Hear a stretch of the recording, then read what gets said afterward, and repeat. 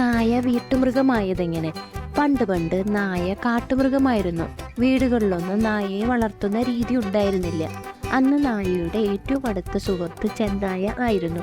ഒന്നിച്ചുള്ള താമസം, ഒന്നിച്ചുള്ള വേട്ടയാടൽ, ഒന്നിച്ചുള്ള ഭക്ഷണം. ഒരിക്കൽ വൈകുന്നത് വരെ വേട്ടയാടിയിട്ട് ഒന്നും തന്നെ അവർക്ക് കിട്ടിയില്ല. നേരം വൈകിയപ്പോൾ നല്ല തണുത്ത കാറ്റും വീശാൻ തുടങ്ങി. അസഹനീയമായ തണുപ്പും നല്ല വിശപ്പും. വിശപ്പിനോടൊപ്പം ഈ തണുപ്പ് കൂടി സഹിക്കാനാവുന്നില്ല. നായ പറഞ്ഞു, നാളെ നമുക്ക് നല്ല കൊച്ചുമാനിനെ വേട്ടയാടി പിടിക്കാം. ഇപ്പോൾ കിടന്നുറങ്ങു സ്നേഹിത, ചെന്നായ പറഞ്ഞു. പക്ഷെ നായയ്ക്ക് ഉറക്കം വന്നില്ല. തിരിച്ചും മറഞ്ഞും കിടന്നിട്ട് ഒരു രക്ഷയുമില്ല. ചെന്നായയും ഉറങ്ങിയിട്ടില്ല. അപ്പോഴതാ അല്പം ദൂരെയായി ഒരു കൊച്ചു വെളിച്ചം. ഏയ് സുഹൃത്തെ, നോക്കൂ, എന്തോന്നാ ഒരു വെളിച്ചം കാണുന്നുണ്ട്. ഓ, അവിടെ ഒരു ഗ്രാമമുണ്ട്. അവിടുത്തെ ഏതോ ഒരു വീട്ടിൽ അടുപ്പ് കൂട്ടുന്നതായിരിക്കും. ചെന്നായ പറഞ്ഞു. തീക്ക് നല്ല ചൂടല്ലേ? നീ നല്ല ധീരനല്ലേ, അല്പം തീ കൊണ്ടുവാ. നായ പറഞ്ഞു. വേണമെങ്കിൽ നീ പോയി എടുക്ക്, എനിക്ക് ഉറക്കം വരുന്നു. ചെന്നായ പറഞ്ഞു. നായയ്ക്ക് മനുഷ്യനെ പേടിയാണെങ്കിലും എങ്ങനെയെങ്കിലും ചൂട് കിട്ടണമെന്നുണ്ട്.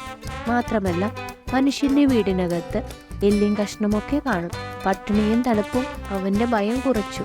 അവൻ പറഞ്ഞു, സുഹൃത്തെ, ഞാൻ ഏതായാലും ഒന്ന് പോയി നോക്കട്ടെ. വല്ല എല്ലും കഷ്ണവും കിട്ടിയാൽ അതുകൂടി എടുക്കാമല്ലോ. ഞാൻ വരാൻ വൈകിയാൽ നീ ഓരിയിടണം. അപ്പോൾ നിന്റെ അടുക്കിലേക്കുള്ള വഴി എനിക്ക് തെറ്റില്ല. ഗ്രാമത്തിലെ വീടരികിലെത്തിയ നായ തീയുടെ അരികിലായി നല്ല കുറെ എല്ലും കഷ്ണങ്ങൾ കിടക്കുന്നത് കണ്ടു.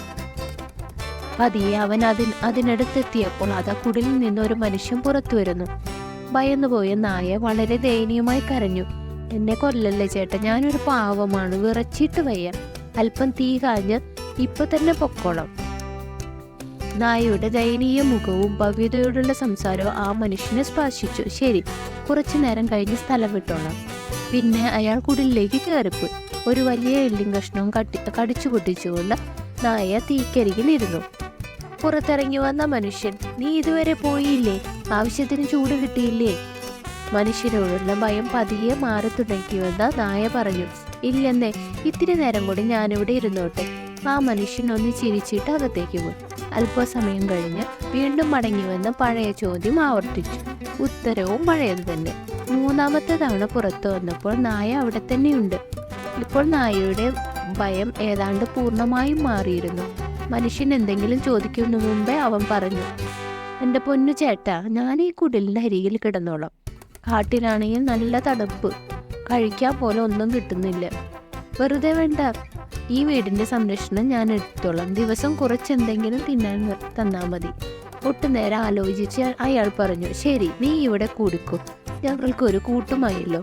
അന്നു മുതൽ നായ മനുഷ്യന് തുണയായി, അവൻ്റെ വീട്ടു കാവൽക്കാരനായി. അതോടെ നായ വലിയൊരു ജീവിത സത്യം പഠിച്ചു. ഭയപ്പെടുന്നതെന്തോ അത് ചെയ്യുക, ഭയം താനെ മാറിക്കൊള്ളും.